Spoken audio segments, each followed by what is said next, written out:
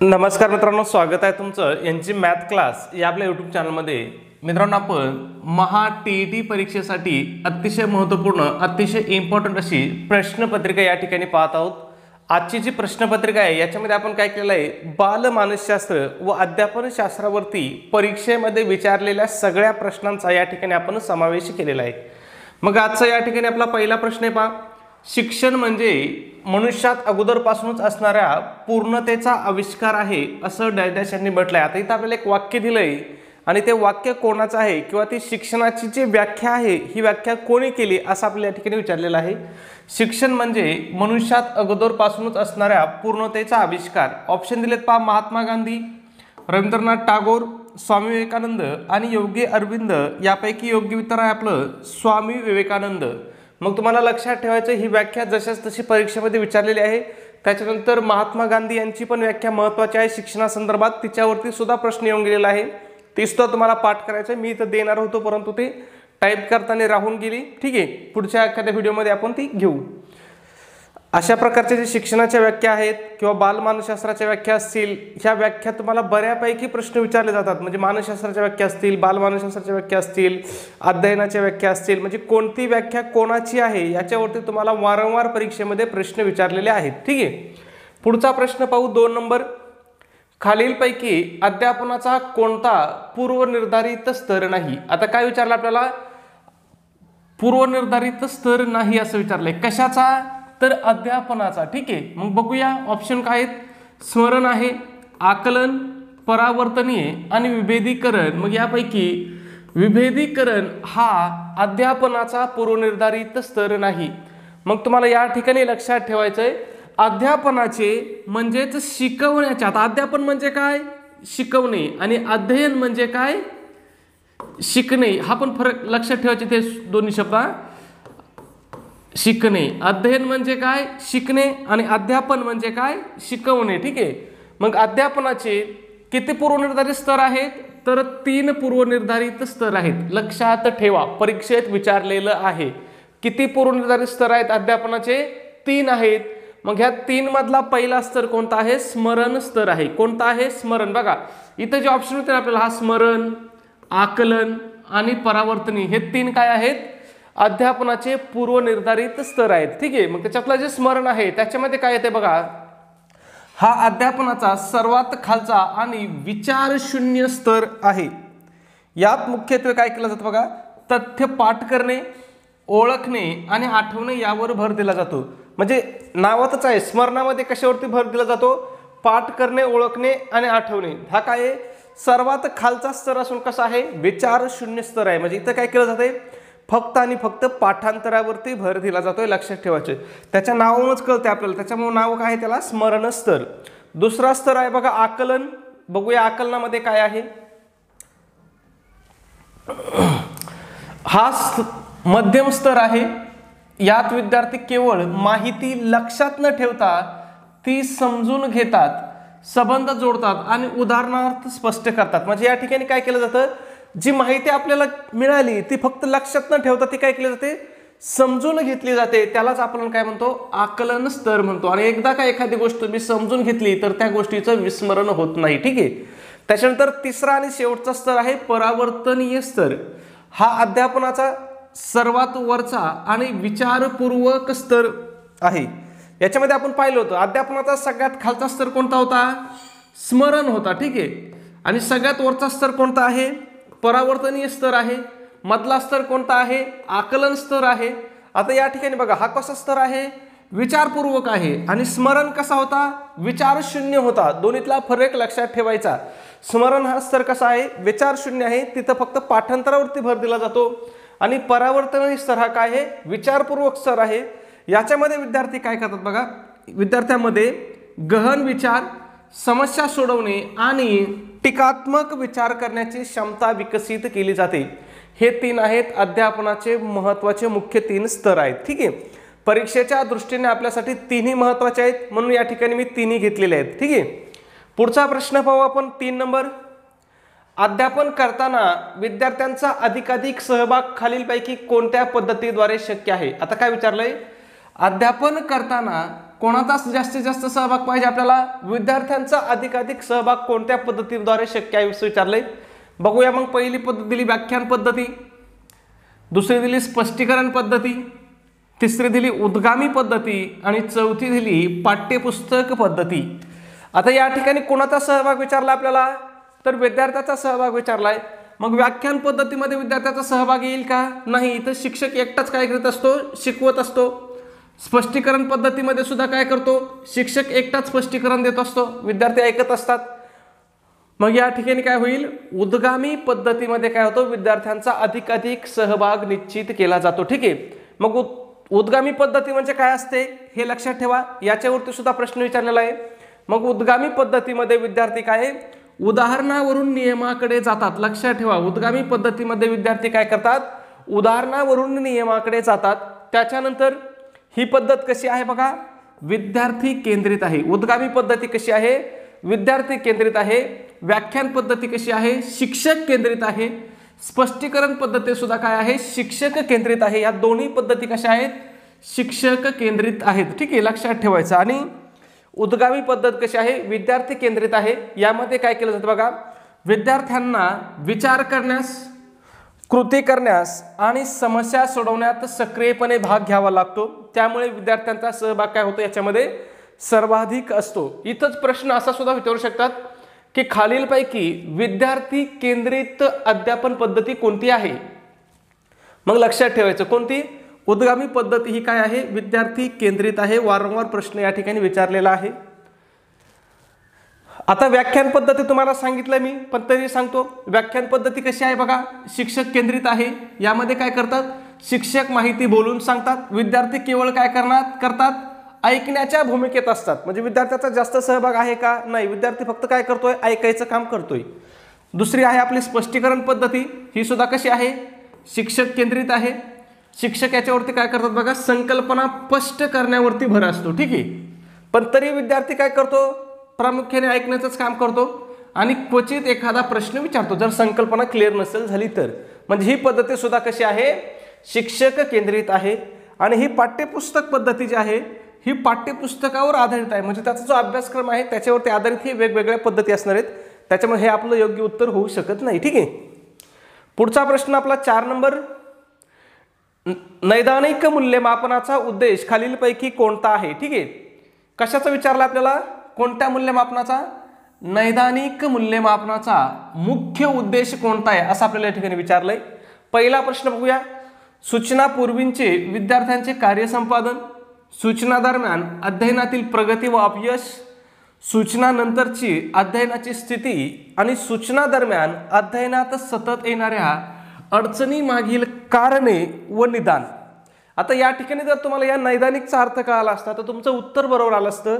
इथं उत्तर आहे आपलं पर्याय क्रमांक 4. सूचना दरम्यान अध्ययनात सतत येणाऱ्या अडचणी मागील कारणे आणि निदान हे आपलं या ठिकाणी योग्य उत्तर आहे. मग नैदानिक मूल्यमापनाचा अर्थ काय होतं बघा? नैदानिक मूल्यमापन म्हणजेच काय? निदान करणे किंवा मूळ कारण शोधणे. तुम्हाला मी काय म्हटलं होतं? जर तुम्हाला अर्थ माहीत असेल तर तुम्ही हे उत्तर काय केलं असतं? चुटकीसरशी उत्तर लिहिलं असतं. ठीक आहे, मग लक्षात ठेवायचं तुम्हाला नैदानिक मूल्यमापन म्हणजे काय? निदान करणे किंवा मूळ कारण शोधणे. याच्यावरतीच आपल्याला काय केलं होता? प्रश्न विचारला होता. पुढचा प्रश्न पाहण्या अगोदर एक छोटीशी पण अतिशय महत्त्वाची अशी सूचना आहे मित्रांनो. आपण महा टीईटी परीक्षेसाठी अतिशय इम्पॉर्टंट, अतिशय महत्त्वपूर्ण अशी टेस्ट सिरीज चालू केलेली आहे आपली. परीक्षेच्या अगदी शेवटच्या दिवसामध्ये सरावासाठी, त्याचबरोबर काही महत्त्वाच्या संकल्पना समजून घेण्यासाठी अतिशय उपयुक्त अशी आपली टेस्ट सिरीज आहे. यामध्ये तुमच्या संपूर्ण अभ्यासक्रमावर आधारित असणार आहे. म्हणजे ज्या विषयामध्ये तुम्हाला कमी मार्क येतात तुम्ही त्या एका विषयाचा जरी अभ्यास केला तर इथून पुढे तरी तुम्ही परीक्षेमध्ये पास होऊ शकता. मग या महा टीईटीच्या टेस्ट सिरीजमध्ये तुम्हाला काय काय भेटेल? 10 टेस्ट पेपर भेटतील. त्याचबरोबर आतापर्यंत झालेल्या टीईटीच्या सर्व प्रश्नपत्रिका तुम्हाला या ठिकाणी उत्तरासहित प्रोव्हाइड केल्या जातील. त्याचबरोबर तुम्हाला फ्रीमध्येच अतिशय IMP अशा नोट्स सुद्धा प्रोव्हाइड केल्या जातील. मग यामध्ये कोणकोणत्या विषयाच्या नोट्स असतील बघा? मराठी असेल, इंग्रजी असेल, गणित बुद्धिमत्ता, इतिहास, भूगोल, सगळ्यात महत्त्वाचं अतिशय इम्पॉर्टंट अशा मानसशास्त्राच्या सुद्धा नोट्स तुम्हाला या ठिकाणी प्रोव्हाइड केल्या जातील. ठीक आहे. त्याचबरोबर इयत्ता 4थी ते 8वीच्या सुद्धा शालेय अभ्यासक्रमावरच्या सुद्धा नोट्स तुम्हाला प्रोव्हाइड केल्या जातील। त्याच्यामध्ये इतिहास असेल, भूगोल असेल, राज्यशास्त्र, विज्ञान या सगळ्या विषयाच्या नोट्स तुम्हाला या ठिकाणी प्रोव्हाइड केल्या जातील। म्हणजे तुम्ही एवढ्या मटेरियलचा जाता जाता जरी अभ्यास केला तरी तुम्ही 100% परीक्षा पास होऊ शकता। ठीक आहे, मग ह्या सगळ्याची किंमत किती आहे मित्रांनो? तर फक्त 200 रुपये किंमत आहे। त्याच्यामध्ये सुद्धा विद्यार्थ्यांच्या मागणीस आपली ऑफर चालू आहे। जर तुम्ही ऑफरनुसार आज जर आपली टेस्ट सिरीज घेतली तर ही तुम्हाला फक्त आणि फक्त काय होईल? 139 रुपयाला तुम्हाला ही टेस्ट सिरीज पडेल। मग हे जे 139 रुपये आहेत हे तुम्हाला कुठं पे करायचे आहेत? तर तुमच्याकडे गुगल पे असेल, फोन पे असेल, त्या ठिकाणी आपला नंबर आहे 96 89 14 16 30। पुन्हा एकदा सांगतो, नंबर 96 89 14 16 30 हा आपला फोन पे गुगल पे नंबर आहे। याच्यावरती तुम्हाला काय करायचं आहे? 139 रुपये पे करायचे आहेत आणि तुम्ही जे पैसे पाठवले त्याचा एक काय करायचं आहे मित्रांनो? एक स्क्रीनशॉट काढायचा आहे। तुम्ही जे पैसे पाठवले त्याचा एक काय करायचा आहे? एक स्क्रीनशॉट काढायचा आहे आणि हा स्क्रीनशॉट मला व्हॉट्सॲपला शेअर करायचा आहे। व्हॉट्सॲपला आपला नंबर कोणता आहे? तर हाच आपला व्हॉट्सॲप नंबर आहे 96 89 14 16 30। हाच आपला काय आहे? व्हॉट्सॲप नंबर आहे। याच्यावरती तुम्हाला जे तुम्ही पैसे पाठवले 139 रुपये त्याचा स्क्रीनशॉट मला या व्हॉट्सॲपवरती टाकायचा आहे। तुमचा स्क्रीनशॉट मिळाल्याबरोबर 5 मिनिटाच्या आतमध्ये तुम्हाला सगळं IMP स्टडी मटेरियल या ठिकाणी काय केलं जाईल? प्रोव्हाइड केलं जाईल। ठीक आहे, बघूया पुढचा प्रश्न आपला 5 नंबर। शिक्षक माहिती देणाऱ्या साधनांचा वापर करतो कारण डॅश डॅश डॅश। आता काय विचारलंय? शिक्षक माहिती देणाऱ्या साधनांचा वापर करतो, कशासाठी करतो हे विचारले। बघूया, वर्गात चांगले वातावरण निर्माण करण्यासाठी, विद्यार्थ्यांचे वर्गात लक्ष टिकून राहण्यासाठी, संकल्पनामध्ये स्पष्टता येण्यासाठी आणि वर्गातील शिस्त टिकवण्यासाठी। आता जर तसं जर पाहिलं तर या ठिकाणी माहिती देणाऱ्या साधनांचा, थोडक्यात शैक्षणिक साधनांचा जर शिक्षकांनी वापर केला तर काय होतंय? ह्या चारही गोष्टी होतात बघा। चांगली वातावरण निर्माण होतंय, विद्यार्थ्यांचे वर्गातील लक्ष सुद्धा टिकून राहतं, संकल्पनामध्ये स्पष्टता येते आणि वर्गातली शिस्त सुद्धा काय होते? टिकून राहते। का? तर विद्यार्थी कंटाळवाणा होत नाही, बोर होत नाही, त्याचं लक्ष विचलित होत नाही, म्हणून शिस्त राहते। ठीक आहे, मग चारही गोष्टी होतात। मग तुम्ही म्हणता सर आता इथं उत्तर चारही द्यायचे का? नाही, इथं उत्तर कोणतं द्यायचं असतं आपल्याला? जे सगळ्यात योग्य असेल ते आपल्याला उत्तर द्यायचं असतं। मग या ठिकाणी सगळ्यात महत्त्वाचा उपयोग काय असतो शैक्षणिक साधनांचा? तर संकल्पनामध्ये स्पष्टता येण्यासाठी। ह्या बाकीच्या त्याचे इनडायरेक्टली बेनिफिट आहेत, पण मूळ उद्देश काय असतो शैक्षणिक साधन वापरण्याचा आपला? की बाबा संकल्पनामध्ये काय आली पाहिजे? स्पष्टता आली पाहिजे। पुढचा प्रश्न 6 नंबर। शिक्षकाच्या अभिवृत्तीचा त्याग त्याच्या अध्यापनावर प्रभाव पडत असतो। अभिवृत्तीचा संबंध खालीलपैकी कोणत्या क्षेत्राशी आहे? आता बघा, सरळ सरळ आपल्याला एवढाच प्रश्न विचारला, काय? अभिवृत्तीचा संबंध खालीलपैकी कोणत्या क्षेत्राशी आहे? तुम्हाला मी सांगितलं होतं अभिवृत्ती म्हणजेच काय? आवड। ठीक आहे, मग आवडीचा संबंध कोणत्या क्षेत्राशी आहे? भावनात्मक क्षेत्राशी आहे। सोपा विषय आहे। ठीक आहे, लक्षात येतंय? पुढचा प्रश्न बघूया 7 नंबर। शिक्षक वर्गामध्ये व्याख्यान देत असताना अध्यापनात काही बाधा निर्माण झाली तर अशा वेळी शिक्षकाने खालीलपैकी काय केले पाहिजे? बघा आता काय झालंय, शिक्षक वर्गामध्ये काय करत आहेत? अध्यापन करत आहेत आणि अध्यापनामध्ये काहीतरी काय झाली? बाधा निर्माण झाली, म्हणजे काहीतरी अडचण आली, तर अशा वेळेस शिक्षकाने काय केलं पाहिजे असं आपल्याला विचारले। बघूया काय केलं पाहिजे। काही वेळा शांत राहावे आणि पुन्हा व्याख्यानास सुरुवात करावी। काही वेळ शिक्षक शांत झाला की परत कालवा काय होईल? बाधा वाढतच जाईल। व्याख्यानात जे अडचणी निर्माण करतात त्यांना शिक्षा करावी। शिक्षा आपल्याला करायचीच नाही, त्याच्यामुळे पर्याय विचारातच घ्यायचं नाही। जे अडचणी निर्माण करत आहेत त्यांना अध्ययनासाठी प्रेरित करावे। वर्गात जे काही घडत असेल त्यासंबंधी काळजी करू नये, म्हणजे त्याच्याकडे दुर्लक्ष करायचं। दुर्लक्ष करून जमल का? नाही। मग आपलं उत्तर काय असणार आहे? जे अडचणी निर्माण करत आहेत त्यांना अध्ययनासाठी काय करायचंय? प्रेरित करायचंय। ठीक आहे, पुढचा प्रश्न पाहूया 8 नंबर। परिणामकारक शिक्षण खालीलपैकी कशाशी संबंधित असते? काय विचारलंय? परिणामकारक शिक्षण कशाशी संबंधित आहे असं विचारलंय। बघूया, शिक्षकाचे समाधान, शिक्षकाचा प्रामाणिकपणा व बांधिलकी, शिक्षकाने विद्यार्थ्यांना शिकवणे व समजून घेणे, व्यावसायिक श्रेष्ठता प्राप्ती, शिक्षकाची अभिरुची। आता या ठिकाणी आपल्याला काय करायचं? याच्यातलं योग्य असं उत्तर द्यायचं आहे। ठीक आहे, मग या ठिकाणी बघा कशाशी संबंधित असलं पाहिजे, तर शिक्षकाने विद्यार्थ्यांना शिकवणे आणि समजून घेणे हे आपलं या ठिकाणी योग्य उत्तर आहे. पुढचा प्रश्न 9 नंबर, अध्ययनाचा सर्वात योग्य अर्थ कोणता? सरळ सरळ प्रश्न विचारला आहे. अध्ययनाचा सर्वात योग्य असा अर्थ कोणता असं विचारलंय. हे प्रश्न कशामुळे घेतलेत की बा तुमच्या डोक्यातला जो समज आहे की मानसशास्त्र हे आपल्याला येतच नाही, आपल्याला येणारच नाही, ते खूप अवघड असतं, मग ते करायचंच नको, हा जो समज आहे हा दूर व्हावा तुमच्या डोक्यातला, म्हणून आपण हे प्रश्न घेतलेले आहेत. कारण हे प्रश्न मागील परीक्षेमध्ये विचारलेले आहेत, म्हणून हे काय आहेत, महत्त्वाचे आहेत. आतापर्यंत असे प्रश्न विचारलेत, म्हटलं इथून पुढेही असेच प्रश्न विचारणार आहेत ना, काही बदल होणार आहे का? नाही. कारण याच्या अगोदर सुद्धा पेपर कोण घ्यायचं, महाराष्ट्र राज्य परीक्षा परिषदच पेपर घ्यायची. टीईटीचा आत्ताचा पेपर सुद्धा कोण घेणार आहे, महाराष्ट्र राज्य परीक्षा परिषदच घेणार आहे. ज्यावेळेस दुसऱ्या एखाद्या कंपनीकडे समजा IBPS कडे पेपर जाईल किंवा इतर एखाद्या एजन्सीकडे पेपर जाईल, तेव्हा पेपरची पद्धत बदलेल. पण जोपर्यंत एजन्सी बदलत नाही, पेपर काढणारी संस्था बदलत नाही, तोपर्यंत पेपरची पद्धत बदलेल का, तर अजिबात बदलणार नाही. मग बघूया, अध्ययनाचा अर्थ विचारला आपल्याला, कौशल्यांची प्राप्ती, वर्तनात सकारात्मक बदल, व्यक्तिगत समायोजन आणि ज्ञान मेंदूमध्ये साठवणे. बघा तसं जर पाहिलं तर चारही अर्थ आहेत. अध्ययन केलं म्हणजे काय होतं, कौशल्याची प्राप्ती होती, वर्तनात सकारात्मक बदल तर होतोच शिकलं म्हणजे, व्यक्तिगत समायोजन पण करता येते, ज्ञान मेंदूमध्ये साठवतं आपल्या. पण सगळ्यात योग्य अर्थ काय आहे, वर्तनात सकारात्मक बदल करणे म्हणजेच काय, अध्ययनाचा सर्वात योग्य अर्थ आहे.